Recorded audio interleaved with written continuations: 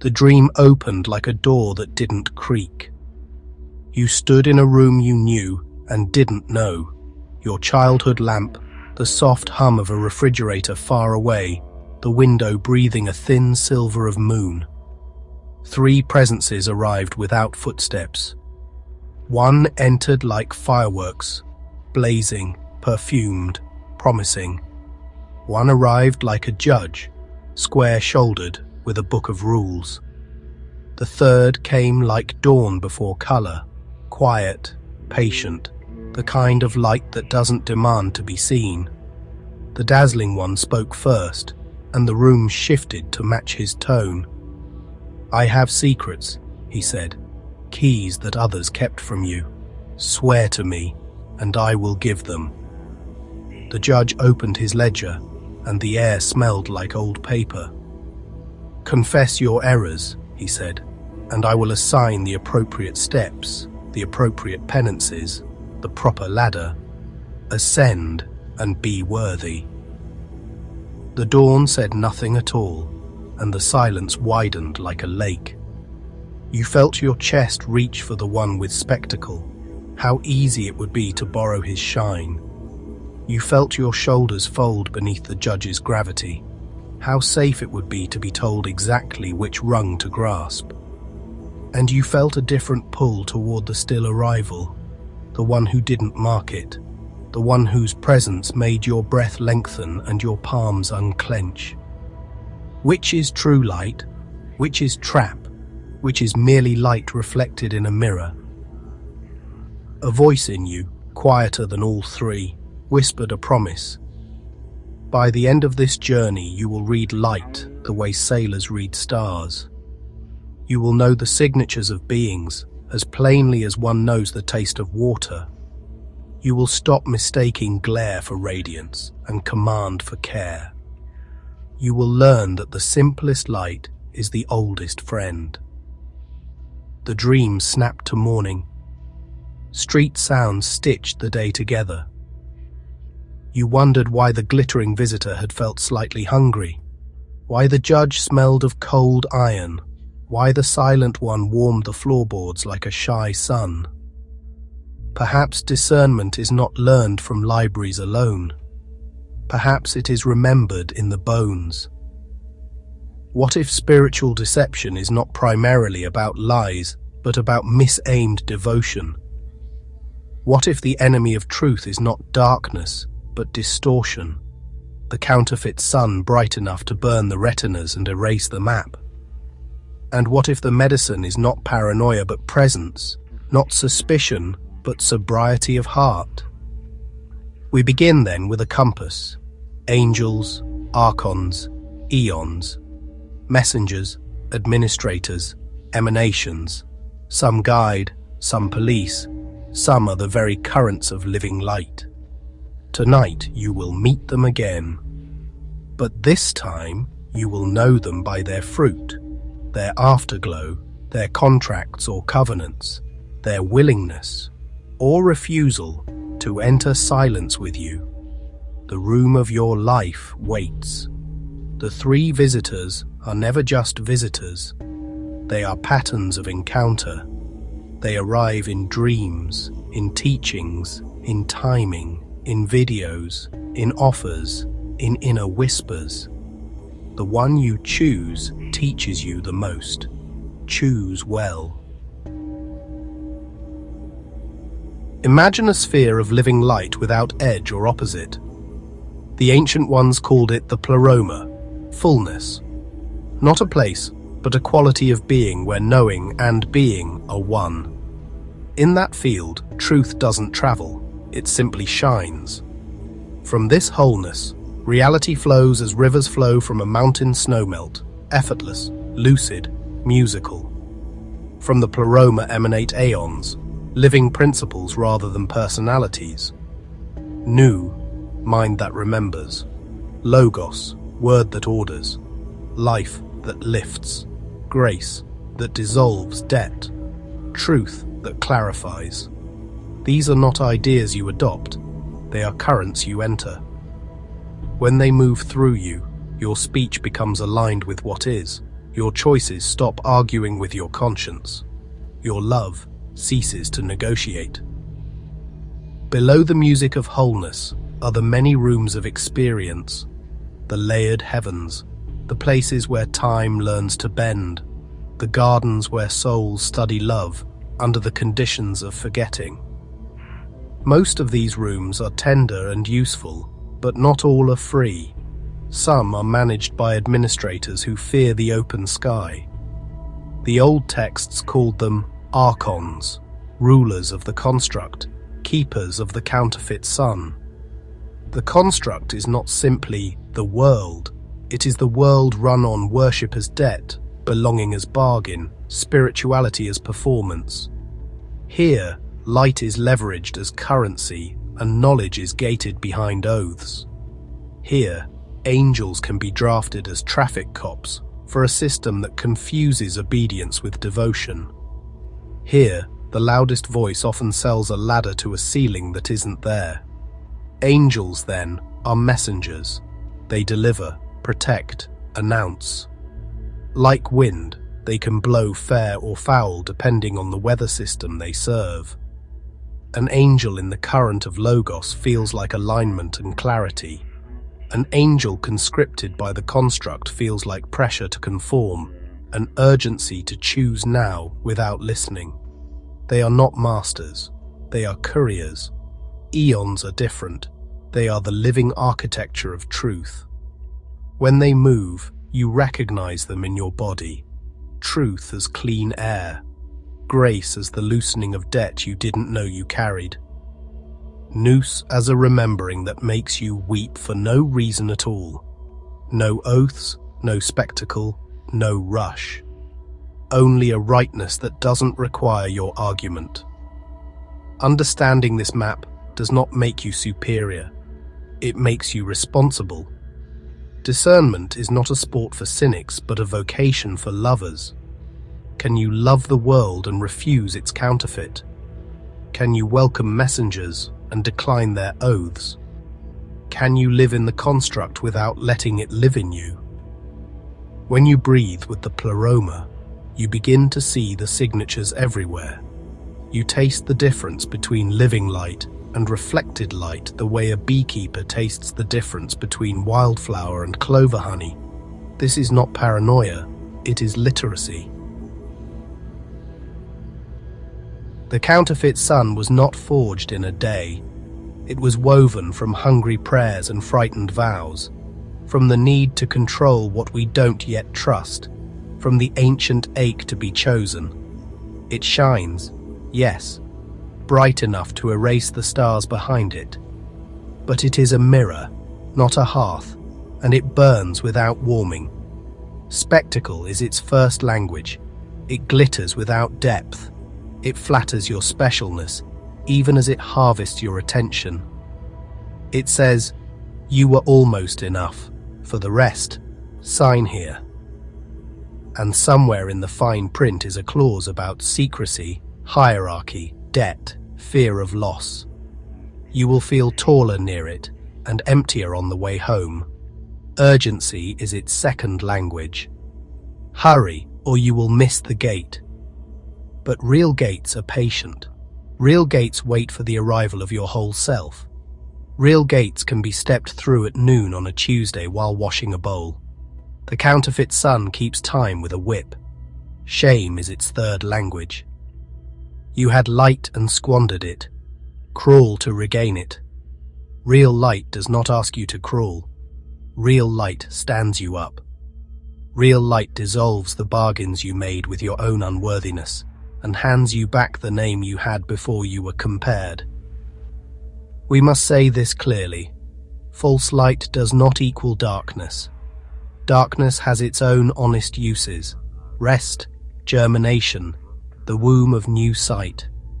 False light is brightness without presence, instruction without intimacy, glare that erases the subtle gradients by which we navigate.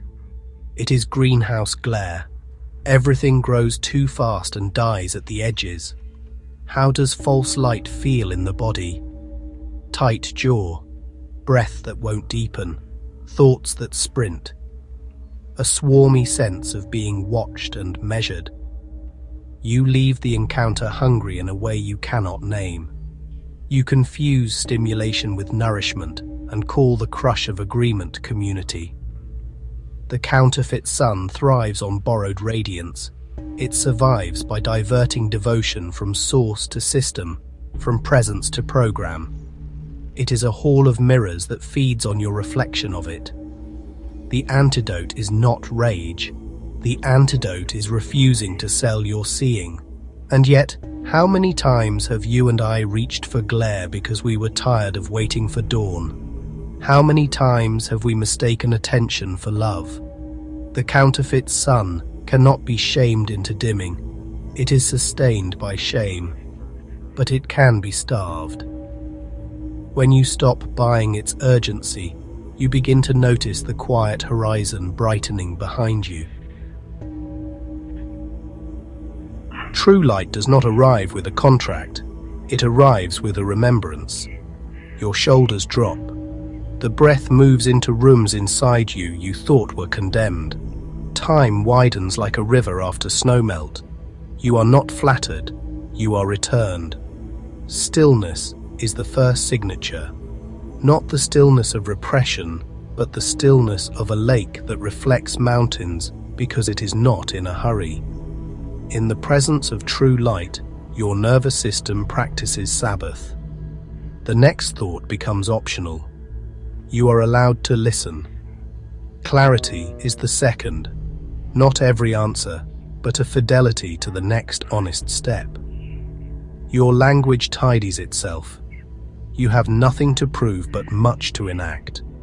The blurry edge between what you know and what you pretend to know becomes visible, and you walk toward humility as if toward a spring. Compassion is the third. Not sentimentality, but a kinship that doesn't require agreement. You feel larger than your positions. You discover that the truth you just received makes you kinder, not smaller. You don't need a foil to feel luminous.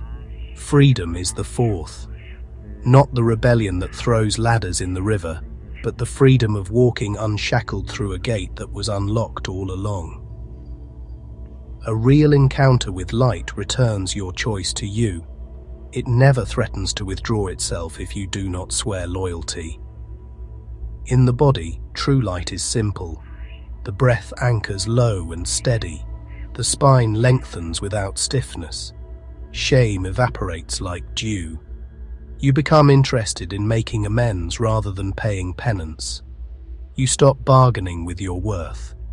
The afterglow test matters more than the encounter. 24 hours later, do you feel coherent or frayed? 7 days later, is your patience deeper, your attention more generous, your creativity less performative? The fruit tells on the root. Many fear that if they stop chasing spectacle, life will become grey. But true light births colour where there was only brightness. It doesn't dazzle, it nourishes. It doesn't dominate, it companions. It doesn't sell you a throne. It walks with you until you realize there was never a throne to defend. Angels are winds given assignments. They escort messages, guard thresholds, reroute dangers, and sometimes carry a medicine that arrives before you know you're sick. They are not to be worshipped. To confuse courier with source is to mail a love letter to the mailman. When an angel serves the current of Logos, its presence clarifies. Instructions are specific, timely, non-dramatic. Turn left here, speak now, wait 3 days. You are not pressured, you are partnered. There is no ladder to climb, only a road to walk. When an angel has been conscripted by archonic order, its voice tightens. It sells holiness like a brand. It speaks in categories more than persons. It offers protection in exchange for compliance. The room feels smaller after it speaks, even if the vision looked large. Right relationship with angels is simple. Welcome their messages. Keep your vows for source alone. Ask any messenger. From whom do you proceed? Observe whether the answer honors freedom. Invite them to sit in silence with you for a minute. Watch who can abide the quiet. At holy thresholds, angels often appear as logistics. A seat opens on the plane, the right book falls. A friend texts the sentence you needed. Gratitude is the correct response, gratitude without worship. The moment you turn the courier into an idol, the glory dims into glare. Some will say, "But an angel saved me." Yes, by delivering a gift that did not belong to it. Give thanks, then follow the thread beyond the helper to the heart that sent help. Angels delight when you do not confuse them with God. They are happiest when they are seen as bridges that disappear after crossing. To place angels rightly is to become less gullible and more grateful. Less impressed by feathers, more attentive to fruits. Less eager to collect encounters, more devoted to becoming someone who can carry quiet light without needing applause. The night will bring visitors again. This time, you will have a field guide you can keep in your coat pocket. Not to turn mystery into math, but to give your soul a few levers to pull when someone arrives shining. Begin with origin. Ask inwardly or aloud. From whom do you proceed? Watch the resonance. Beings who carry living light name pleroma without defensiveness. They will bless your question. Counterfeiters will distract or insist that questioning proves your lack of faith. Listen for the name. The currents of nous, logos, truth, life, grace, and the Christos have a sound that does not scratch. When spoken from living alignment, sacred names soften the body. From false light, holy words feel like brand slogans, loud, sticky, and curiously hollow. Test for freedom. True light honors consent. If the being pressures, rushes, threatens withdrawal of favor, or demands secrecy, you are dealing with a contract, not a covenant. Love never needs your panic to be effective. Measure the fruit over time. The day after a real visitation, humility grows. The week after, generosity hides in your hands like a warm bird. The month after, you find yourself telling fewer lies to yourself in the mirror. If instead you grow obsessed, brittle, or superior, you know which sun you have been orbiting. Invite silence. Ask the presence to join you in 1 minute of shared stillness. Put your hand over your heart. Breathe a simple breath. False light often slurs here. It prefers monologue to communion. Real light is at home in quiet, because quiet is its home. Soften the gaze. Let the brightness resolve into texture. Glare flattens. Radiance reveals dimension. When you unfocus, does the visitor become more or less themselves? The mirror hates blur. Living presence loves it. It thinks blur is beautiful, because blur is how the heart learns to see before labeling. Finally, read the scripture of your heart in community. Bring your experience to trustworthy companions who love truth more than being right. Does your telling make you kinder while they listen? Do they feel enlarged by your encounter? Counterfeit light breeds isolation. True light seeks mirrors that don't distort. Once you signed without reading. We all did. We wanted belonging so fiercely we agreed to anything that promised it. We gave our attention to keep our place. We tithed our shame to buy relief. We took on oaths we did not have the authority to hold. The construct calls this devotion. The soul calls it amnesia paperwork. Contracts traffic in fear. There is always a timer. Decide now. window closing. There is always a ladder, perform and be loved. There is always a gag order, speak of this to no one. The currency is debt, and the interest compounds in secrecy. Soon you do not know who you are without the bargain. Covenants belong to Aeons. They are vows the heart makes with the real, promises of remembrance, gestures of reciprocity, fidelities to what frees. A covenant says, I will keep telling the truth even when my voice shakes. I will serve what widens love. I will forgive myself for forgetting and start again. No timer, no gag order, only relationship. Many ask, how do I break what I signed? Begin gently. Speak release in your own words. I rescind every contract I made in fear or flattery. I return all borrowed light. I forgive the self who signed from hunger. I ask for the covenant that matches my actual name. Do this without theatre. You are not banishing, you are coming home. Return borrowed light where you borrowed it.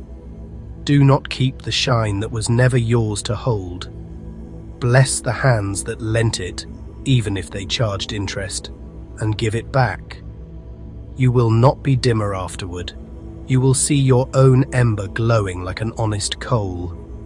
From that ember, build a fire you do not owe to anyone. Some bonds will try to renegotiate.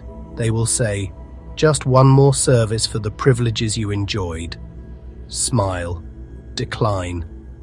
True light does not bill the healed for the cost of healing. The Aeons rejoice when you cancel what never fit. The Archons send you letters in red ink. Recycle them. A covenant is lighter than a contract and stronger. It does not need to be enforced because it is made between truth and truth. When you break with what bound you, do not replace the chain with swagger. Replace it with service. The free do not need to be seen being free. Night is a city. Streets coil and open. Doors appear in brick walls. Advertisements flash. Couriers rush by with parcels. In this city, you meet angels, archons, and hints from Aeons. Discernment turns you from a tourist into a local who knows which alleys lead to gardens and which to casinos with no clocks. Archonic dreams are exam rooms with missing answers. You run, but the hallway never curves. You keep repeating the same conversation with a different mask across the table. The colors are high saturation, the music a little too loud, the promises promotional. You wake with adrenaline and a plan to fix yourself harder. Ionic dreams feel almost plain. A seed in the palm. A window opening on a hill of quiet grass. A teacher who speaks one sentence and then turns into your grandmother's laugh. You wake with a steady hum, less interested in winning and more willing to bless dishes as you wash them. Angelic dreams are practical. Move the appointment. Don't forget the blue folder. Call your friend at 2:37. They carry timestamps and logistics, as if the unseen loves synchronizing traffic. You wake with a to-do list that somehow feels like devotion. Visions in waking life obey similar physics. False light loves spectacle staged for an audience. True light appears in the corner of your eye while you are caring for something small. Synchronicities too can be read. Do they widen your compassion or tighten your obsession? Do they turn the world into a scavenger hunt for proof, or into a place where meaning is a hospitality you can join? Keep a little ledger, not a judge's book, but a gardener's log. Record dreams briefly, check their fruit later. What repeated? Who returned? Which symbols walked with you into kindness? Let patterns teach you. The soul loves to show her math if you watch long enough. and ask the questions only the brave ask. Am I collecting experiences to avoid becoming a person who can love? Am I chasing the high because when I come down, I will have to apologize to someone? Will this vision make me more available to the world's suffering, or less? When you read the traffic of the unseen with these eyes, you will not become cynical. You will become tender. You will stop blaming yourself for nights patrolled by billboards and start learning routes to parks without neon. You will become a citizen of a kinder city. Discernment is not merely a skill, it is a posture the body can learn. Begin with the still point. Inhale for a slow count, pause for the same, exhale for the same. 111. While you breathe, let the thought that insists on being thought pass like a bus you didn't need to board. This is how the lake becomes calm enough to mirror mountains again. Speak the name quietly, not to conjure, but to consent. Logos on the exhale, or the prayer your heart knows by heart. You are not trying to make anything happen. You are agreeing with the way things already are. Very little can manipulate you while you are agreeing with reality. Face the four directions and invite the four luminaries, not as idols, but as a compass. Armazel for purity of intent, Oriel for luminous order, Devathai for living vitality, Elileth for truth that untangles. Let each direction ask you a simple question. What would love do next? Turn until the question rings. Try the 5 seals visualization. Touch brow, lips, heart, hands, and the path beneath your feet. At each seal, speak a consent. Let sight be clear, let speech be clean, let heart be kind, let labor be just, let way be simple. This is not magic, it is alignment. The counterfeit sun has a hard time blinding those whose seeing and doing rhyme. Keep community, not the cheering section that likes you shiny, but the few who love you steady. Tell them what you see. Let them tell you when your light is tilting toward glare. Give them permission to call you back when your hunger makes you gullible. Become that mirror for them in return. Practice small honesty. Return the cart. Send the text. Apologize without performance. Pay attention to your agreements. The more your daily life rhymes with truth, the less room there is for deception to land. It is difficult to seduce a person who is already living in the open. Finally, bless your thresholds. When you wake, when you leave, when you return, when you rest, small prayers at the doors of your day. Discernment grows by keeping company with reality. You are not trying to be impressive. You are letting your house be bright from the inside out. Night returns, and with it the 3 visitors.